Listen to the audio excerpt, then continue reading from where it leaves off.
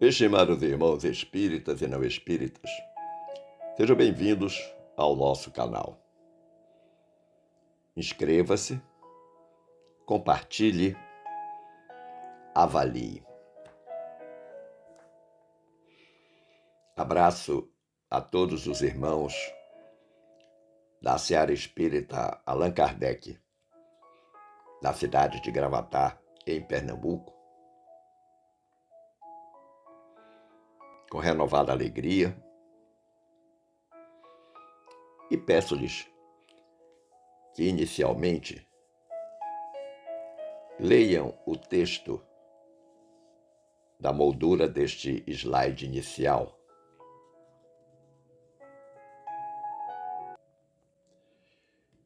que traz um pensamento da benfeitora Glorinha para todos nós, acerca do tema que vamos reflexionar nesta noite.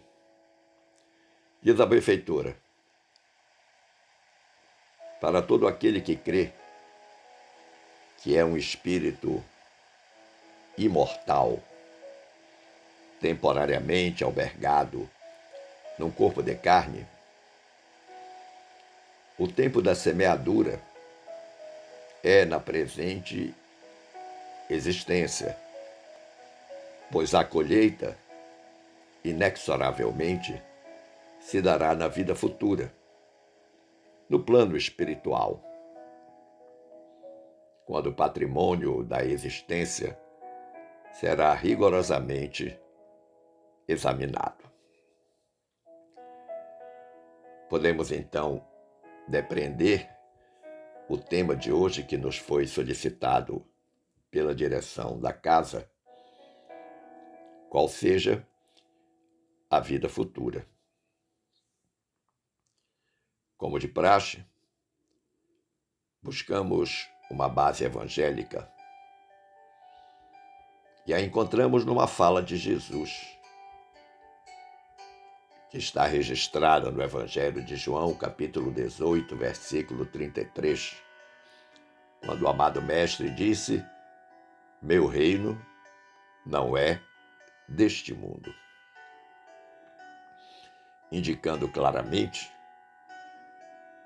que depois da existência terrena, volve o espírito, depois de deixar o invólucro corporal, a sua verdadeira pátria, a sua verdadeira morada. E como base doutrinária, nós fomos encontrá-la no Evangelho, segundo o Espiritismo, capítulo 2, cuja temática é exatamente esta fala de Jesus: meu reino não é deste mundo. Do item 2, que trata exatamente da vida futura. Mas quando nós falamos em vida, nós temos que fazer uma diferença de existência. Porque vida é do espírito, que é imortal. E existência é do corpo de carne, que é finito, que é perecível, que é temporário.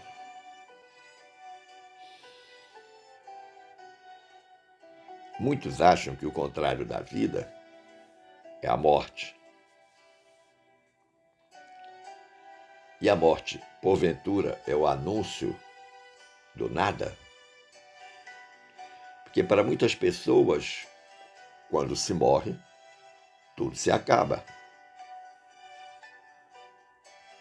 Todos têm plena consciência de que o homem nasce, cresce, envelhece e morre. Aliás, como tudo que é vivo em a natureza. É uma lei natural.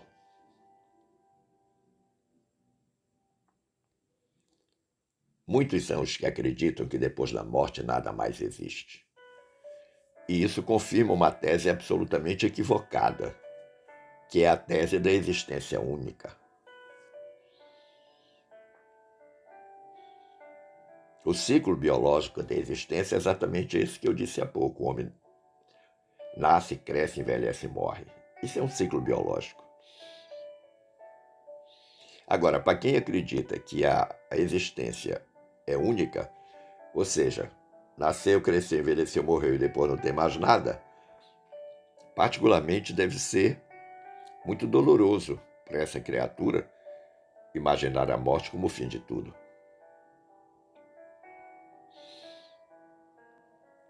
Nós temos dúvidas e incertezas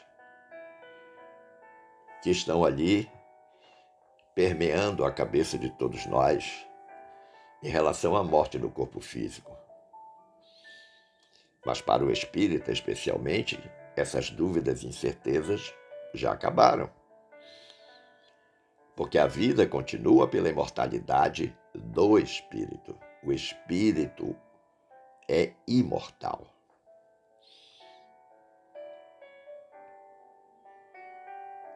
Allan Kardec, do livro Céu e Inferno, capítulo 1, intitulado O Porvir e o Nada, no item 1 desse capítulo, ele faz uma análise muito interessante a partir de algumas reflexões que ele mesmo propõe. Ele diz assim: vivemos, pensamos e operamos. Operar no sentido de realizar. Eis o que é positivo. E que morremos não é menos certo. Mas deixando a terra, para onde vamos? Que seremos após a morte? Estaremos melhor ou pior? Existiremos ou não? Ser ou não ser, tal a alternativa. Para sempre ou para nunca mais? Ou tudo ou nada? Viveremos eternamente ou tudo se aniquilará de vez? Todo homem experimenta a necessidade de viver, de gozar, de amar e ser feliz. Dizei ao moribundo que ele viverá ainda, que a sua hora é retardada. Dizei-lhe, sobretudo, que será mais feliz do que porventura o tenha sido, e o seu coração rejubilará. É fantástica essa colocação do Kardec, lá em O Céu e o Inferno, no capítulo 1. A temática é o porvir e o nada. E principalmente a parte final da explicação. Dizei ao moribundo que ele viverá ainda. Ou seja, olha, o teu corpo físico vai acabar, mas tu continuarás. Porque tu és imortal, o teu espírito é imortal. Agora, para isso é preciso acreditar na imortalidade da alma, no princípio da reencarnação, acreditar que há muitas moradas na casa de meu pai. Existe uma série de crenças que são necessárias para que a gente possa entender a vida futura. Vamos lembrar que Jesus, quando esteve entre nós, demonstrou pelos seus ensinos que a vida futura é um princípio, é uma lei da natureza, da qual ninguém pode escapar. Por isso, todos os cristãos a aceitam, embora não tenham uma ideia clara sobre ela. Os judeus, da época de Jesus, também aceitavam sem maiores indagações, acreditando nos anjos como seres especiais, criados à parte por Deus. Os judeus da época de Jesus acreditavam que, observando os mandamentos de Deus, eles seriam recompensados com bens materiais. E mais, com a supremacia da sua nação sobre as demais, pela vitória sobre os inimigos. Porque os judeus se diziam raça escolhida e que eles seriam hegemônicos sobre a face da terra. Mas Jesus combateu essa ideia, como também fez questão de anunciar que a vida continua após a morte. Aliás, ele demonstrou explicitamente, quando depois da sua morte, na sexta-feira da paixão, ele volta à vida, entre aspas, quando aparece e conversa com Maria Madalena, exatamente à beira do túmulo onde havia sido sepultado seu corpo. E depois dessa aparição, ele aparece mais vezes ainda, aparece para os discípulos, conversa com os discípulos, testemunhando que a morte não existe. Claro que o fenômeno ali se dava pela materialização do Cristo, de Jesus, apresentando-se com o corpo físico visível para as outras pessoas, para que, em definitivo, não houvesse mais nenhuma dúvida sobre a questão da morte e sobre a questão da vida futura. Muitos dizem, mas por que Jesus não pregou isso desde o início? A gente precisa entender que havia uma série de limitações da parte do povo judeu de natureza moral e intelectual. Os judeus ainda estavam muito presos às prescrições da Torá. Mas Jesus, sabendo que era preciso fazer um anúncio convincente, anuncia o Consolador prometido. Eu rogarei a meu Pai, e ele vos enviará um outro Consolador.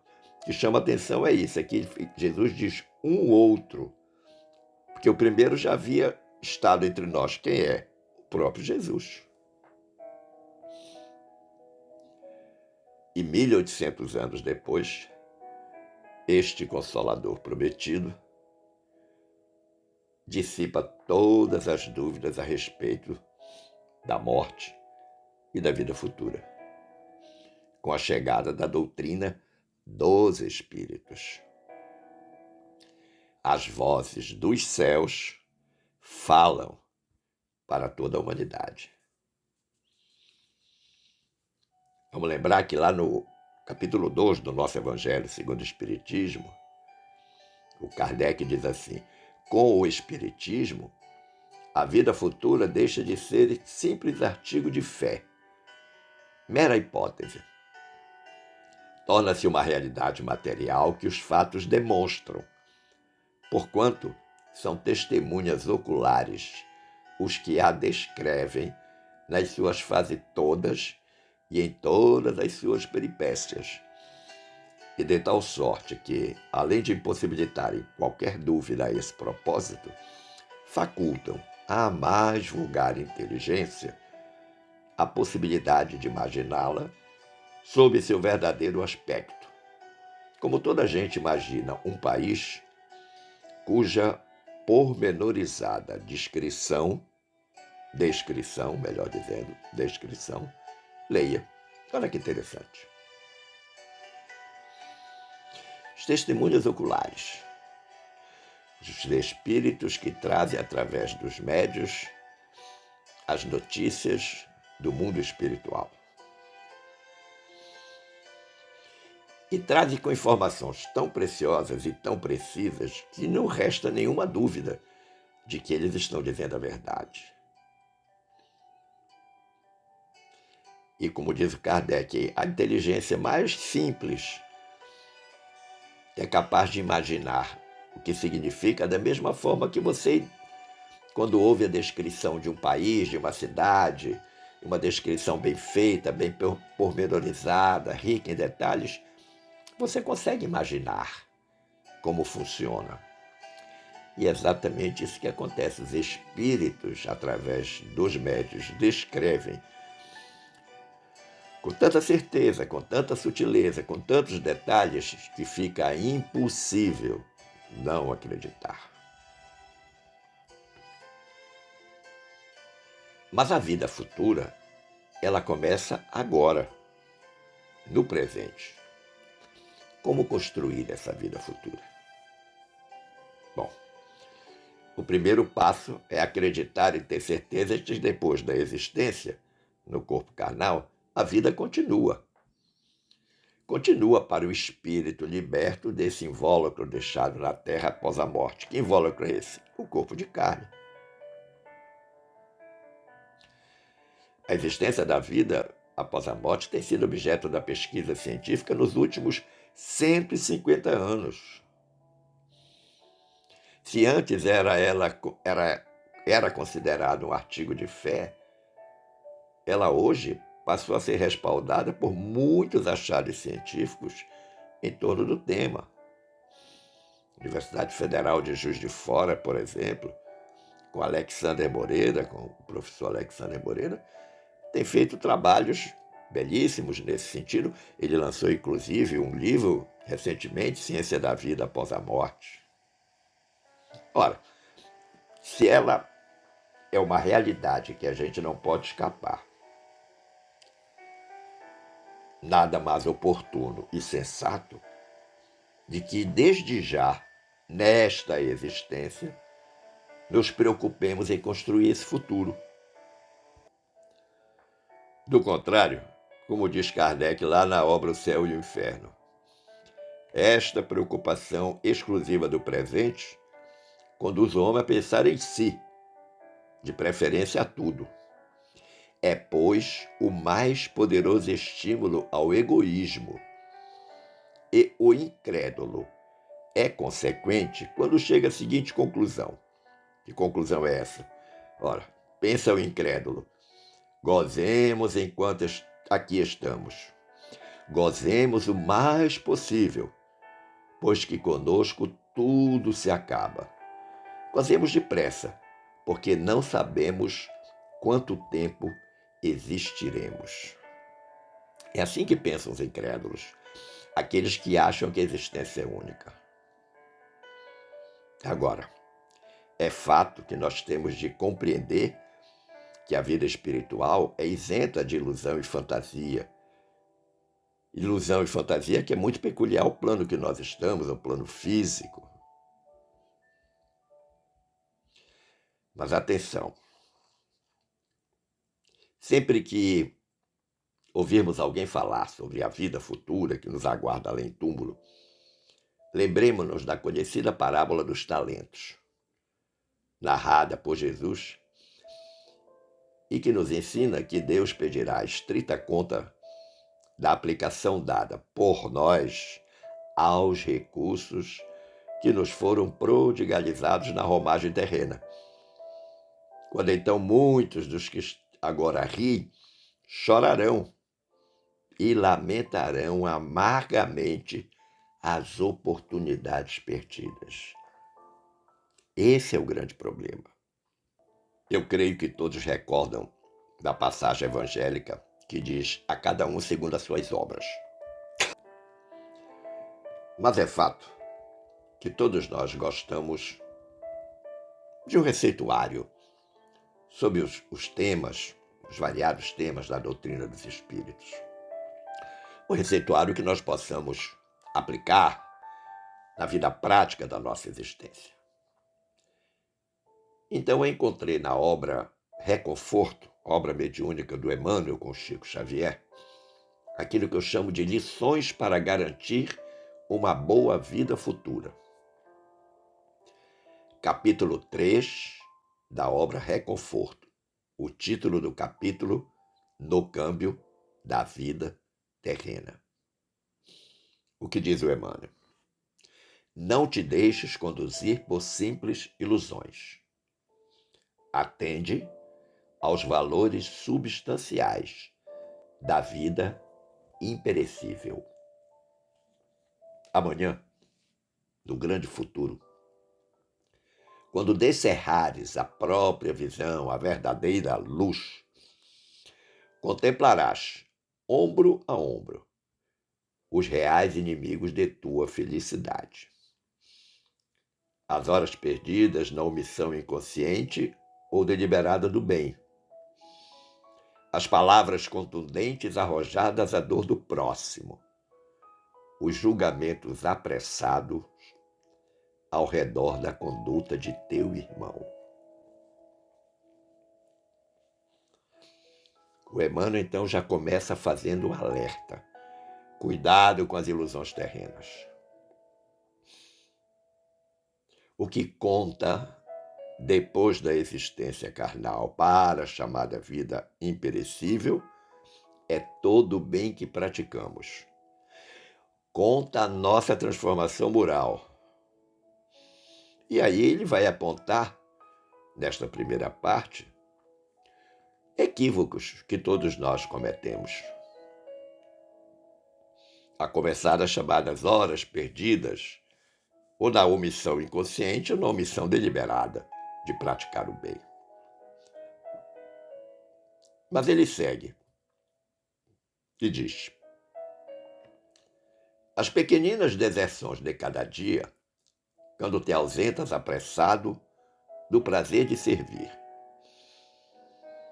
As irreflexões faladas ou escritas, com que, por vezes, subestimas o valor dos companheiros de caminhada. Esses são dois pecados graves que nós cometemos constantemente. O prazer de servir geralmente fica por conta de não tenho tempo, não tive tempo, não terei tempo. Ora, tempo é questão de preferência. Se você está interessado em ajudar, você encontrará tempo. Agora, algo que chama muita atenção é essas chamadas irreflexões faladas ou escritas para com os nossos companheiros de jornada, de caminhada. As irreflexões escritas, por exemplo, compartilhadas na rede social, através de variadas plataformas. Mas segue o Emmanuel dizendo: as exigências descabidas com que, em muitas ocasiões, procuras lisonjear os próprios caprichos, com manifesto esquecimento das necessidades alheias. Está falando da nossa vaidade. E aprenderás a louvar as mãos que te feriram, os gestos que te dilaceraram, as dificuldades com que buscaste a própria superação e as dores que te auxiliaram a ver com mais segurança. A dor e o sofrimento são bênçãos que Deus envia aos seus eleitos. Ele está chamando a nossa atenção de como tratar essas situações difíceis, com aquele famoso bip, quando Kardec perguntou aos espíritos como Jesus entendia a caridade, benevolência para com todos, indulgência para com as imperfeições alheias, perdão dos pecados. É isso que Emmanuel está dizendo. E ele diz mais: lembra-te de que o câmbio das situações e valores é diferente na vida verdadeira para a qual te diriges, de momento a momento. Ou seja, no plano espiritual, o que conta não é o que nós damos valor aqui embaixo na vida terrena. Mudam as situações, mudam os valores, claro. Nós precisamos aprender a cultivar na terra os valores do espírito, não os valores materiais ligados ao corpo físico. E aí ele faz uma proposta. Persistamos com os recursos de nossa própria regeneração, aceitando os obstáculos que nos convidam à experiência e agradecendo o concurso daqueles que nos inclinam à renovação necessária. Ou seja, esses desafios que nós temos que enfrentar diariamente, as pessoas que nos magoam, que nos machucam, são nossos mestres. São eles, como diz Emmanuel, que nos inclinam à renovação necessária. Ele diz ainda: nossos adversários mais renitentes são os sentimentos e as ideias contrárias ao Cristo em nós. Nós temos internamente, tenhamos consciência ou não, sentimentos e ideias contrários ao que Jesus nos recomendou.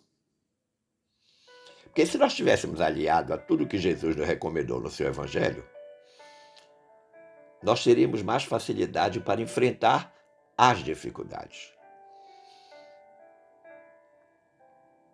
E o Emmanuel diz que esses sentimentos e ideias contrários ao Cristo que estão em nós se ocultam sutilmente nos mais recônditos escaninhos de nossa alma, constrangendo-nos a perder os mais altos prêmios de elevação na oficina terrestre.